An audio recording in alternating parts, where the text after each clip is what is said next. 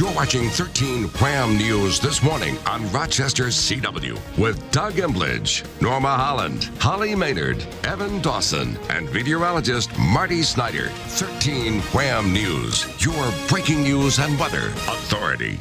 Sweeney Todd, and that is playing at Geva Theatre. Kind of, I don't know, not for the faint of heart, I would say. No, it's an old favorite for many. So a lot of the people going maybe have gone there before and are coming back because they love it so much, or it could be their first time. Hi, Doug. First time on Geva stage, that's for sure, and it is running through the end of March, and I think we're probably timing this out well. It's about time for me to let these people go because they're getting unruly and out of hand.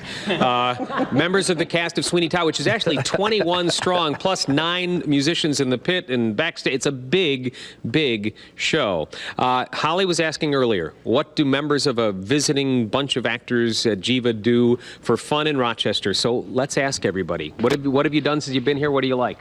Well, we like to go to the Little Theater and catch some of the films that they've been showing there. We got to see a lot of the Oscar-nominated films before we watched the Oscars on tape because we had a show. Very cool place. Go there. And by the way, we disqualified the Wegmans answer for what do you do when you're here. I was going to say Wegmans. We cook for each other a lot.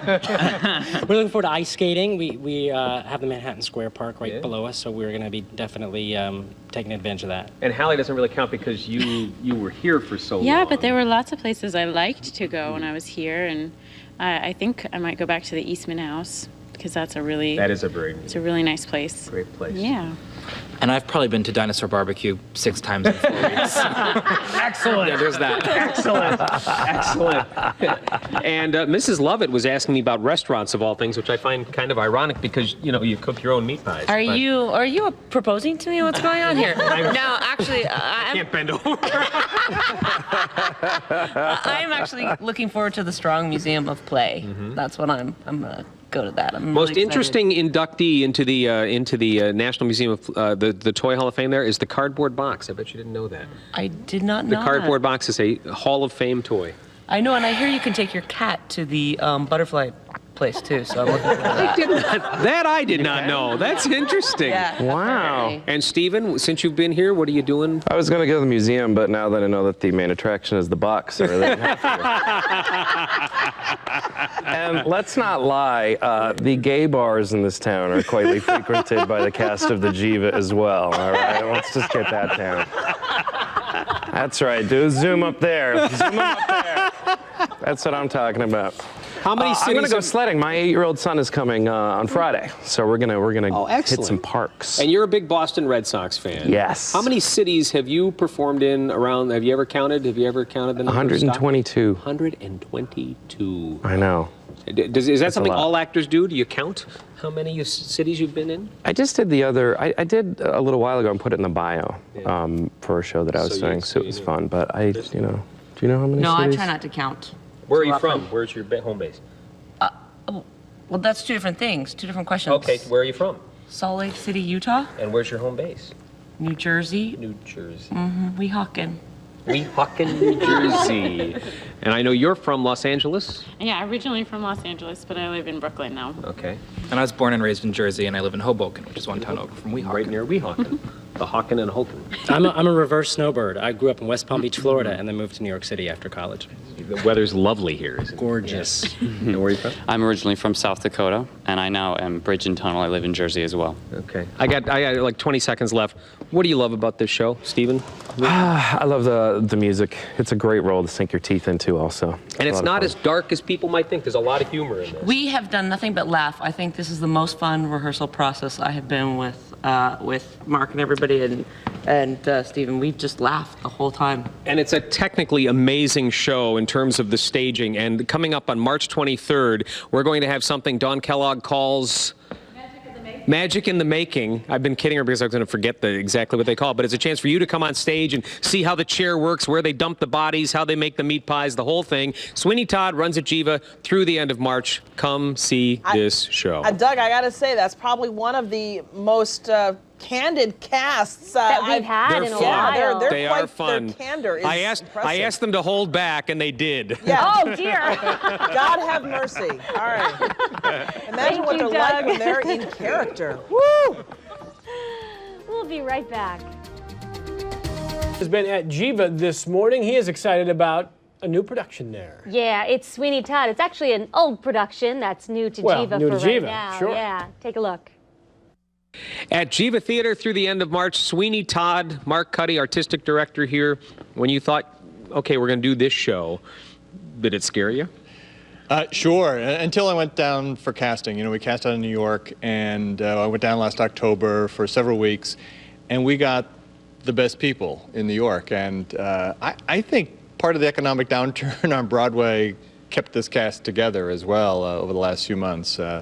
And they have fabulous voices, and we have a great musical director, Don Cott, and we did it. Do you get the sense you're able to bring some major leaguers to a AAA city in part because of the way the economy is and it affects Broadway? Like you know, these performers want to do this material. If you do really good material, you can attract people. But it's, yeah, I think the idea of having a full cast and a fully supported theater such as Geva, I mean, we have, you know, great support here and a great production facilities and a great audience, and they were really looking forward to it. And a fun bunch of actors as well. Although I thought it was interesting that the two featured performers insisted on having the settee, and you made the other one sit on the stairs. Was there a reason for that? So just yeah, it's early.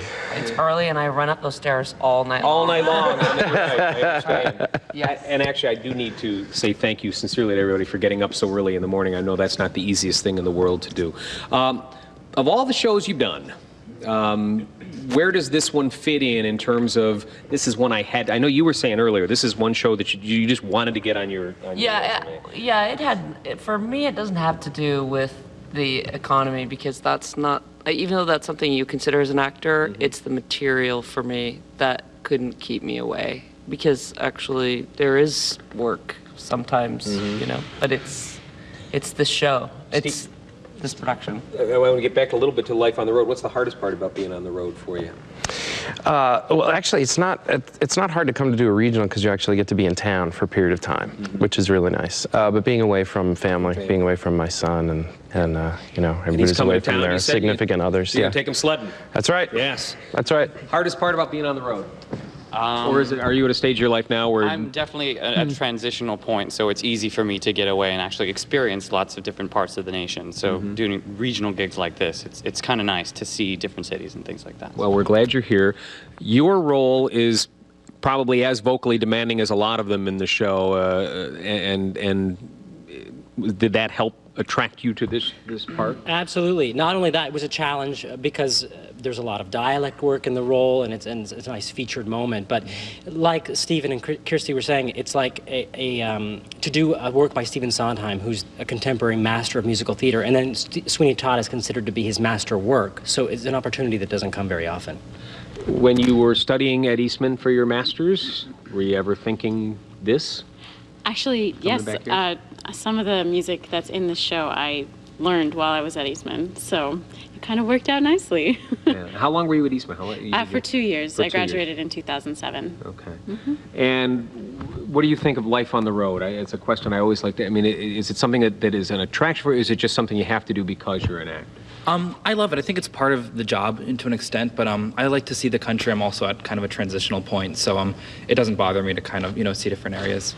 If you could stick around till spring, it's really a wonderful, wonderful city in the springtime. Thank you all for coming, and best of luck with the rest of the show. Thank you, Christy. Thank you, Stephen. And go see Sweeney Todd at Geva Theatre. I actually saw this show on Broadway back in the late 1970s, and it has been one of my favorite ever since. It really has something for everybody, and I think you'll enjoy it. Well, as our good friend Bill O'Reilly would say, we've got some music to play us out this morning. Music from Sweeney Todd. Doug was previewing the show, which is at Geva right now. Take a listen. There's no words there. He kept a shop in London town, fancy clients and good renown. And what if none of their souls were saved? They went to their maker impeccably shaved.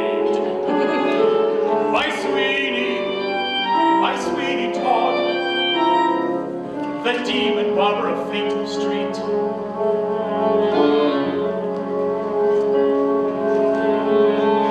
Swing your razor, my Sweeney, oh.